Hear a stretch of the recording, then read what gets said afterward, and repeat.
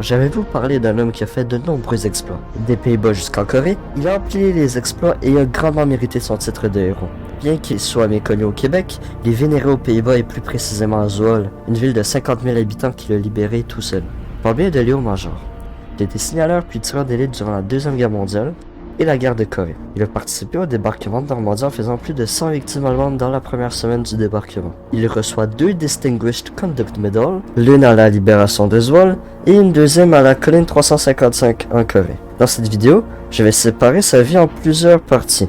La première, je vais parler de sa jeunesse, la deuxième de son entraînement militaire, troisièmement du débarquement de Normandie, quatrièmement de la campagne en Belgique et en Hollande, suivi de la libération de la ville de Zwolle. Après, je vais parler ensuite de l'entre-guerre, suivi de la guerre de Corée. Léo est né le 23 janvier 1921 à New Bedford, au Massachusetts. Son père est Achille Major, tuteur pour le Canadien national, et sa mère est Amanda Sevigny, une franco-américaine. Il déménage à Montréal en 1924 et Achille déménagera 2 fois, 4389 rue Chambord en 1935 et au 2325 rue Frontenac en 1938. Léo est l'aîné de 13 frères et sœurs. Et Léo est un enfant turbulent et fait de la misère à sa mère. Son père, alcoolique, fait des crises de rage et seulement Léo en est le récipiendaire. À 14 ans, il quitte le domicile à cause d'une chicane avec son père. Du 17 avril au 4 juin 1941, Léo est atteint d'une grave pneumonie et celle-ci le cloue au lit durant 49 jours. Le 23 août 1941, Léo part pour l'Angleterre. Il accoste à Greenock le 1er septembre. Le 2 septembre, il arrive à Aldershot, le camp d'entraînement. Durant une période de 17 mois, il reçoit plusieurs formations spécialisées et c'est durant cet entraînement que Léo fait la connaissance de Wilfrid Arsenault. Wilfrid et Léo seront de meilleurs amis. Le 4 février 1944, Léo reçoit sa première médaille pour son enrôlement volontaire. Le 11 février, il apprend à travailler dans un tank. Le débarquement de Normandie se déroule le 6 juin 1944. C'est un moment tournant de la Deuxième Guerre mondiale. Il y a eu 15 000 Canadiens en tout durant ce débarquement et Léo était stationné à Juno Beach, une des plages du débarquement. Cette plage a 3 sections. La section Love, la section Mike et la section Nan. Toute cette plage-là passe du village de La Rivière jusqu'à Saint-Aubin-sur-Mer.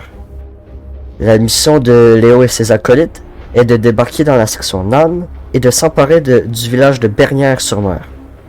Le régiment de la Chaudière continue sa progression jusqu'au tour de la mort.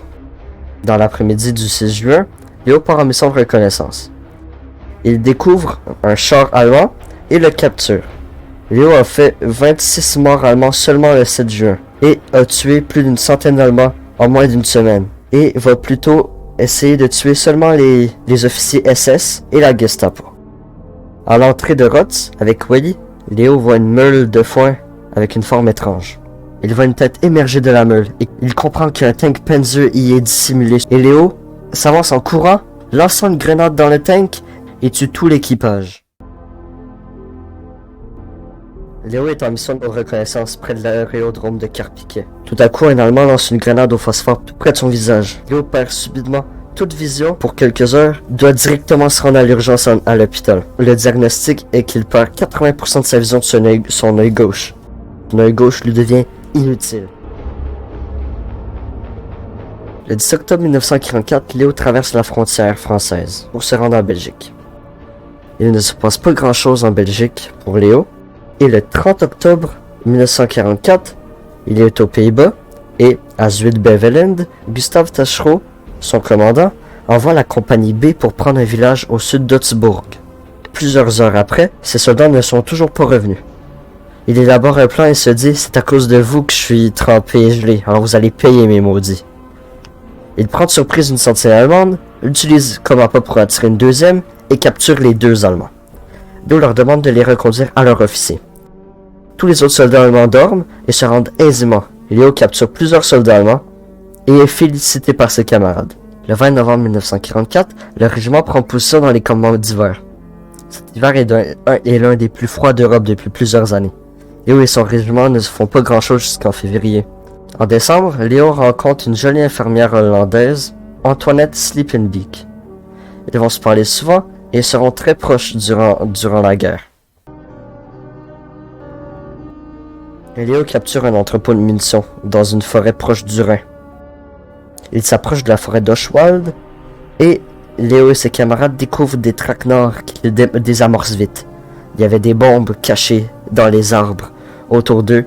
Léo et son escouade s'emparent de Braine-Carrier le 27 février 1945. Quelque temps après, une mine éclate et tous les soldats sont tués, sauf Léo qui était à l'arrière du char et qui est projeté hors du camion. Il tomba dos premier sur une roche et sous une extrême douleur, Léo tombe sans connaissance. Il se réveille un peu après et 2 médecins sont sur lui. Il doit se rendre à l'hôpital 100 km plus loin. Léo se casse le dos, se fracture 3 vertèbres, se fracture plusieurs côtes et aussi les 2 chevilles. Pour lui, la guerre est finie selon un médecin. Léo est très têtu et va élaborer un plan pour s'enfuir de l'hôpital.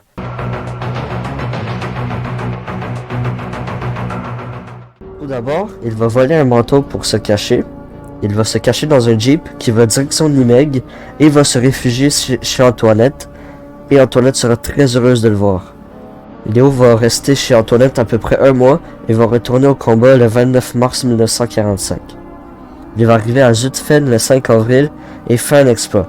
Il entre dans un bâtiment, nettoie la maison d'Allemands et des officiers SS qui s'y trouvaient. Il a tué aussi plusieurs snipers allemands qui étaient cachés dans d'autres bâtiments et cet exploit facilitera l'entrée du régiment à Zutphen. Le 13 avril 1945, Léo arrive aux alentours de Zwolle. Zwolle est une ville de 50 000 habitants, hautement fortifiée, qui peut être comparée à la ville de Québec, vu que son quartier principal est entouré de murailles. Et Gustave Taschereau donne à Wilfrid et Léo une mission. Léo et Wilfrid arrivent vers Valmy vers 23h. Wilfrid est épuisé et se sent vraiment pas bien. Léo lui suggère fortement de retourner au camp et de laisser Léo continuer la mission seul. Peu après, ils passent à travers de la route et doivent se mettre à plat ventre près du chemin de fer. Tout à coup, Wilfrid trébuche et son sac de grenades fait du bruit. Il est repéré et immédiatement abattu par des soldats allemands. Léo est furieux du décès de son meilleur ami, mais doit continuer la mission. Il tue les Allemands, ramasse l'équipement de son ami et il a tout un arsenal. Il a 2 Sten guns, 15 magasins de 30 balles et 10 grenades. Gustave lui avait dit qu'il y aurait tous les soldats autour de la ville vers 1h du matin. Léo étudie la carte de la ville et se prépare pour libérer la ville. Il lance des grenades et tire un peu partout dans les maisons abandonnées pour faire croire qu'il y a plusieurs soldats et qu'une attaque est imminente. Il capture plusieurs Allemands, arrive vers les avant-postes, les capture. Il met aussi feu au QG de la Gestapo de Zwolle. Et tout à coup, il tombe sur 8 hauts officiers SS. Il en tue 4, mais 3 autres s'enfuient. Par contre, il capture le plus haut gradé, le major Eberhard de Walt.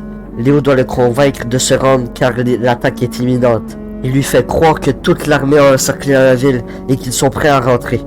Avec tout le bruit que Léo a fait, avec toutes ses grenades et ses mitraillettes tirées un peu partout dans la ville, De Walt le croit. Il se rend. Et c'est à ce moment-là que Léo a libéré la ville de Zwolle tout seul. Là, il rentre dans les maisons. Il annonce cette victoire aux villageois. Tout le monde célèbre. Tout le monde sort dans les rues pour le féliciter. La journée d'après, il rencontre des dirigeants et le maire de la ville. Il reçoit sa première Distinguished Conduct Medal, qui est la plus haute médaille pour un non-officier. Le régiment de la Chaudière et Léo ont fini leur mission.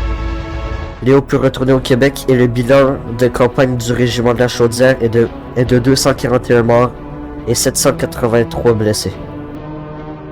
Ses parents l'accueillent plutôt froidement. Ses parents sont un peu indifférents à son arrivée. Sa mère lui dit froidement qu'ils ont vendu tout son linge vu qu'ils croyaient qu'elle allait se faire tuer en Europe. Léo quitte rapidement le 23-25 rue Frontenac et a une chirurgie pour réparer son dos. Et c'est à ce moment qu'il rencontre Pauline de Croiselle dans un blind date. Et c'est cette dame qui va marier. On est le 15 août 1950. Léo s'enrôle pour la guerre de Corée avec le Royal 22e Régiment. Le nom de l'officier de Léo est Jacques Dextroz. Cet homme était très sévère et énormément respecté de Léo. Léo s'entraîne et arrive à Pusan début mai 1951. Il a fait 6 mois de patrouille quotidienne qui se passe sans anicroche. Léo et son régiment sont campés à une quarantaine de kilomètres de Séoul. La colline 227 est vacante. Les Canadiens s'en emparent pour bien se défendre. Léo a un plan pour capturer la colline 355. Il part avec un peloton de soldats vers 21h et doit être prêt à monter la montagne à 23h30. Leur but est de capturer la montagne en faisant le moins de morts chinois possible. Léo n'a pas beaucoup d'effectifs pour défendre la montagne. Les soldats chinois étaient 6 fois plus nombreux que les soldats de Léo. Et Léo, avec son petit peloton, sont capables de la défendre jusqu'à temps que les ravitaillements et les autres soldats canadiens y arrivent. Cet exploit lui permet de recevoir une deuxième Distinguished Conduct Medal. La guerre est finie et Léo retourne au Québec. Léo va épouser Pauline de Croiselle et habiteront au 1451 rue Saint-Vallier. De 1955 à 1959, il sera plombier et il n'aura pas d'emploi stable dans les années 70. Il a de misère à avoir une vie normale à cause de son choc post-traumatique et des nombreuses séquelles qu'il a eues de la guerre. En 1973, il déménage à Longueuil et Léo a été un bon père. Il ne les battait pas et était compréhensif avec eux. Il n'avait pas peur de leur donner de l'affection. Il leur disait souvent qu'ils étaient fiers d'eux. Le 14 avril 1970, c'était les 25 ans de la libération d'Uzwol. En 1985, il va retourner à Uzwol pour les 40 ans d'anniversaire de la libération. En 1995, pour le 50e anniversaire de la libération d'Uzwol, Léo est invité avec toute sa famille. Monsieur Major, ils vont vous faire un grand honneur ici dans quelques minutes. C'est quoi? Le grand honneur a déjà été fait. Hein? Ça fait à peu près une dizaine de fois qu'ils font des honneurs pour moi. Là, je suis ici, d'abord, je suis citoyen d'honneur de ce ville-là. Puis ma job aujourd'hui, c'est d'allumer le feu de la paix. Dites-moi pourquoi les gens ici vous aiment tant. D'abord, tout le monde vous connaît sous Léo. Parce que je suis le libérateur de la ville. Vous l'avez libéré presque toute seule, cette ville ici. Racontez-moi ça. Si seul. Comment ça s'est passé? Ben, j'ai voulu, quand mon ami s'est fait tuer, j'ai dit avant de me faire tuer, j'ai dû m'en tuer le plus possible. Fait que j'ai vengé mon ami. J'avais 13 grenades avec moi, 13-14 grenades, puis une vingtaine de magasins que je voulais me servir. Je venais de servir. Quand j'ai fini, il ne me restait plus de grenades, il ne me restait plus de munitions. Puis la ville était libérée? Complètement libérée, oui. Vous revenez souvent ici. Est-ce que cette année, c'est particulier à cause du cinquantenaire? Dans 70 ans, c'était grand. Oui, à 70. Ouais. C'était la première fois que ma femme savait que si j'avais fait de la guerre. Je n'avais jamais parlé. Dans ce temps-là, je ne parlais pas du tout. Mais ma femme a vu que ce que j'avais fait là, elle a vu que le monde, puis ça a été traité comme une reine. Elle a été traitée comme une reine. En calèche, elle a rencontré la reine Juliana. Il rencontre le fermier qui avait gardé le corps de Wilfrid le 14 avril 1945.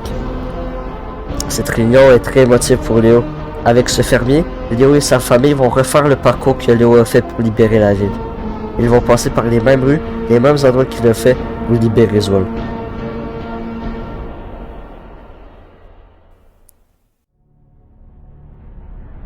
Léo meurt le 12 octobre 2008 à 87 ans. Il décède d'un cancer des os. À son enterrement, une délégation de citoyens hollandais viennent lui rendre un dernier hommage. Léo est l'un des 3 soldats du Commonwealth britannique à recevoir 2 Distinguished Conduct Medals et il est le seul à en avoir eu 2 dans 2 guerres différentes. Longueuil lui a aussi fait hommage en nommant un parc à son nom. La ville de Uzwol a renommé l'une de leurs artères principales au nom de Léo Majorland, c'est-à-dire avenue Léo Major. Il y a aussi un parc qui a été nommé en l'honneur de Wilfrid, son ami. De plus, à chaque année, le 14 avril, il y a des fêtes à Uzwol pour commémorer la libération de la ville. Pour conclure mon reportage, je vais laisser une citation de Léo. Merci beaucoup à tous d'avoir écouté. J'espère que vous en avez appris sur Léo Major.